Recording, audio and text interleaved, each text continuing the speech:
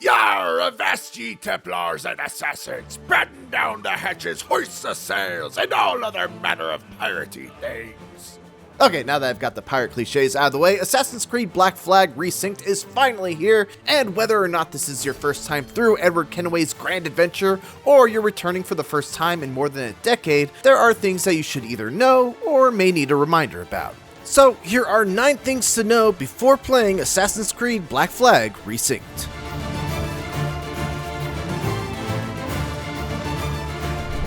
First off, let's start with a quick setting change that will make your life just a little bit easier. In the gameplay settings menu, there will be a toggle for area loot. Turning this on will make it so that you collect all of the loot from enemies in an area with one press of a button instead of having to walk to each corpse and press it each time. There's literally no reason to not have this turned on. So do yourself a favor and switch it on in the settings so you never have to worry about accidentally missing some of the loot after defeating a group of enemies. Black Flag is a little different than the modern Assassin's Creed titles, as there's no level progression for Edward. Instead, you'll need to purchase or craft upgrades for just about everything. This means that money is extremely valuable in Black Flag, and in between main missions, a large part of your time should be spent collecting resources and then spending them either at the Harbor Master to upgrade your ship, at the general store to purchase better weapons, in your crafting menu to upgrade various aspects of your kit, or in your hideout at Great Inagua, where you can upgrade the various structures for a variety of bonuses. As for where you should go to get the materials for these upgrades, well, it really depends on what you're looking to upgrade. If you're looking to craft upgrades for Edward, you'll need to do some hunting.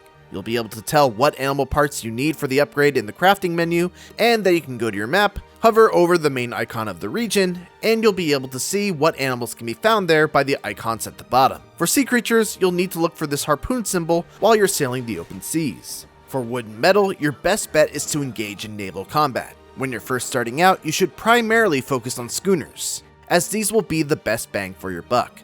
They're quick to kill, have a respectable amount of resources on board, and you can usually get away from the battle without suffering too much damage. Once you get some armor and cannon upgrades, you can start setting your sights on brigs, then frigates, and eventually man-o'-wars. For gold, make sure that you're hunting down treasure chests whenever you reach a new location, and once you unlock the assassination contracts by progressing the main story, these will be a great source of easy reales.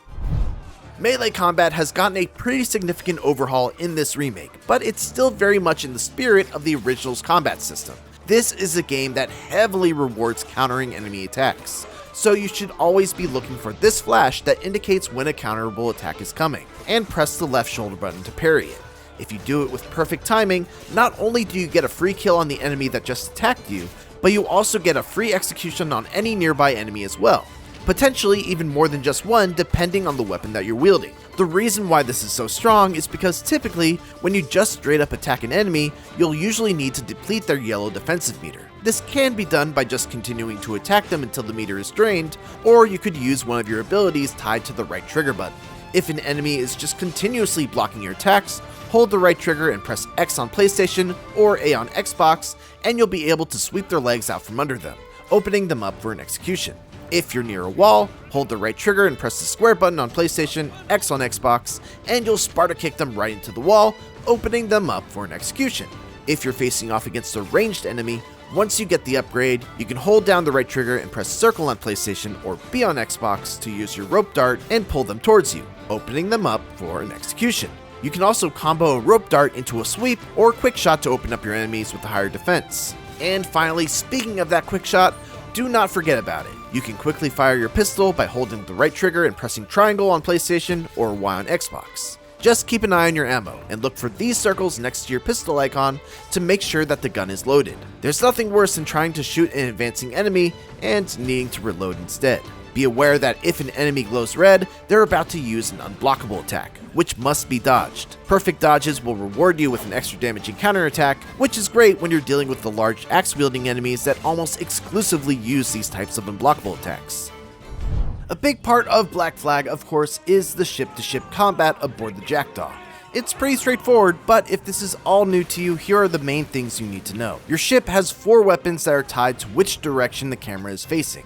If the camera is facing to the left or the right of your ship, you'll use the broadside cannons. These will generally be your go-to weapons, as most of the time, you and the enemy will be circling each other. There's a variety of different shots you'll be able to use as well. If you hold down the left trigger to aim and then press triangle, or Y on Xbox, you'll be able to swap between them. You could also go for a heavy shot just by pressing the right trigger without aiming, though you should know that this has limited ammo. This is meant for when a ship is right up next to you, and it can deal very high damage if you land it just right. When you're aiming straight ahead, you'll use the chain shot, which doesn't do a ton of damage, but is great at slowing ships down when you aim at their sails. And finally, if you've got enemies on your tail, face the camera behind you, and you'll be able to drop explosive barrels that will act as mines to blow up on an enemy ship when they crash into them. Don't forget about your swivel guns either. Often when you damage an enemy ship, you'll see red targets pop up. When this happens, hold R1 and aim at the targets to deal quick extra precision damage.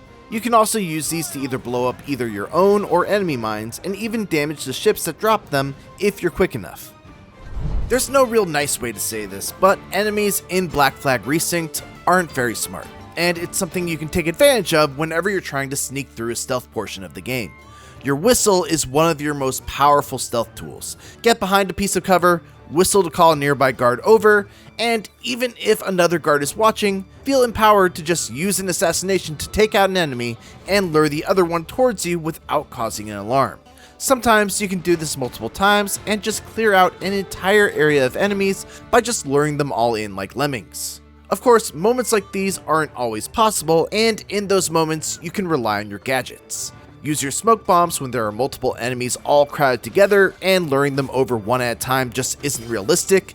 Use your berserk darts to create a distraction and sneak by while the enemies are all fighting each other, and sleep darts when you're trying to keep things a little more quiet. Also, don't forget that you can use your eagle vision by pressing in the right stick to highlight where enemies are, even through walls. And if you hold the left trigger and move your crosshair over an enemy, you'll mark them with an arrow that can track their location even without using eagle vision. One of your first priorities that you should take on after unlocking Great Inagua as your home base should be to recruit officers to your crew. You can easily find these missions by bringing up your map, pressing square on PlayStation or X on Xbox to bring up the quest log, and then you can choose officer quests. Officer quests are important because the officers that they unlock grant you very powerful skills that will greatly aid your naval combat. Lucy's ability will allow you to dramatically reduce the amount of damage taken when you brace just before getting hit, allowing you to stay in the fight for substantially longer with good timing. Rescuing Padre, on the other hand, will grant you the ability to ram into other ships by pressing the two shoulder buttons at the same time. This does huge damage, and can often take out smaller ships in a single blow, which will make resource collection out at sea go much faster. It can be overwhelming when you reach a new area and your eyes are just bombarded with a variety of icons and symbols showing everything you can do in that area. So I'm not going to tell you to hit up every point of interest, but I will strongly suggest that you at least spend some time synchronizing all the viewpoints. Doing so will reveal all the secrets on the map in that area, and most importantly, give you a fast travel point. So when you do decide to clear out all the points of interest on the map, you'll have an easy way to jump around to wherever you need to go. There are a lot of treasure-filled temptations out on the open sea, from powerful man-o'-wars to well-defended forts to humpback whales that need to be hunted with harpoons. But if you're still fairly early on and haven't been able to afford at least 2 or 3 upgrades across multiple aspects of the Jackdaw, it just simply isn't worth the trouble. I'm not going to say that you should never attempt a very difficult challenge, but just make sure that you keep in mind your ship's current health, your upgrades, the weather conditions, and what other ships are in the surrounding area. Because even if you do manage to bring down a man-o'-war early on, that doesn't mean much if you get blown up by the surrounding ships before you're able to make a clean escape.